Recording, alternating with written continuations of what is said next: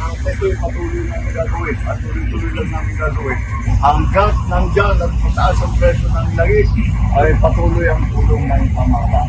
Tiniyak ni Pangulong Ferdinand Marcos Jr. na magtutuloy-tuloy ang tulong ng gobyerno sa mga sektor na apektado ng patuloy na pagtaas ng produktong petrolyo. Ito ang binigyan diin ng Pangulo nang bisitahin ang pagpapatupad ng Service Contracting Program ng Department of Transportation sa Araneta Center Bus Terminal sa Cubao, Quezon City.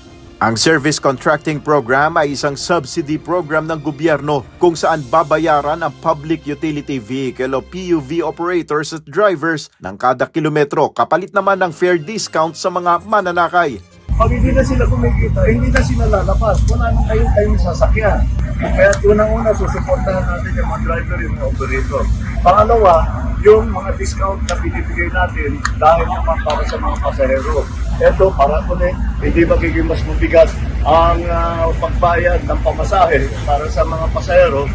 40 pesos per kilometer ang ibabayad sa mga modern jeepney at UV, 30 pesos sa traditional jeepneys. Samantalang 100 pesos per kilometer naman ang para sa mga bus.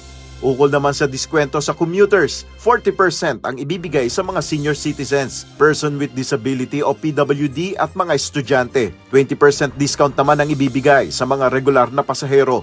Ayon kay Land Transportation Franchising and Regulatory Board Chairman Vigor Mendoza II, babayaran nila sa madaling panahon ang mga kasali sa programa na PUV operators at drivers. Ang aming sisikap 3 to 5 days so far. Yung tumakbo ng Miyerkules pa, babayaran natin ngayon, no? Pero sa tuloy-tuloy yan. Kaya importante po na wag na tayo sa papel. Kasi nakakapagtagal ng pagbayad yung papel na ginagamit natin. Aabot sa 800 million pesos ang inilaang pondo ng gobyerno para sa Service Contracting Program. Samantala, tuloy-tuloy naman ang pamamahagi ng ayuda ng Department of Social Welfare and Development o DSWD sa transport workers sa ilalim ng Assistance to Individuals in Crisis Situation o AIC sa Quezon City Circle, kung saan 5,000 pesos ang matatanggap ng kada benepisyaryo.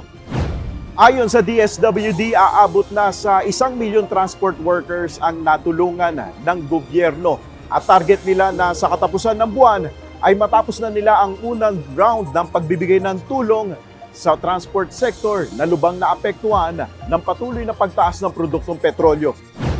By the end of the month, we plan to finish the first round. Ang total na nagagastos na ng gobyerno is close to 5 billion pesos. Ukol naman sa nasawing motorcycle taxi driver habang nakapila sa cash aid noong Sabado, ayon kay Secretary Gatchalian, may tulong na ang ahensya sa pamilya nito. Ako personally, nagpunta ako, kasama ko yung pamilya buong umaga kahapon. We took care of the medical, pati na rin yung burial arrangements and yung mga iba pa nilang kakailanganin. Ayon sa kalihim, sa susunod na mga pagbibigay ng ayuda, ipapadala na ang tulong sa mga e-wallet ng driver. Yung mga TNVS, yung mga MC Taxi, yung mga service delivery, meron niya mga e-wallets eh. So now na mataas na yung confidence level namin dun sa listahan kasi na-validate at na-verify na namin sa first round, we will start doing e-wallet transfers sa mga succeeding rounds. Para sa mga TNVS driver na nakatanggap ng ayuda, malaking tulong na sa kanila ang cash aid na ibinigay. Number 1 po, maraming paggamitan pero pagkain, gas, ang dagdag sa gasolina din. Ipupultang ko po yung kotse ko, pamasada sa TNVS. Kasi hindi na pupultang yung kotse ko eh. Mula noon tumaas yung gasolina eh. Hirap po kayong magbiyahe. Actually, hindi ko ako araw-araw nakakabiyahe gawa sa taas ng gasolina. Kaya pa-timing na lang ako. So ngayon makakabiyahe na kayo? Makapa-full tank na ako ngayon. Sa kabila naman nito, hindi pa rin nawawala ang reklamo ng ilang driver na wala sa listahan ng mga benepisyaryo ng ayuda. Actually, ang problema yung listahan. Palpak yung listahan nila. Hindi ko alam kung saan nila kinukuha yung listahan.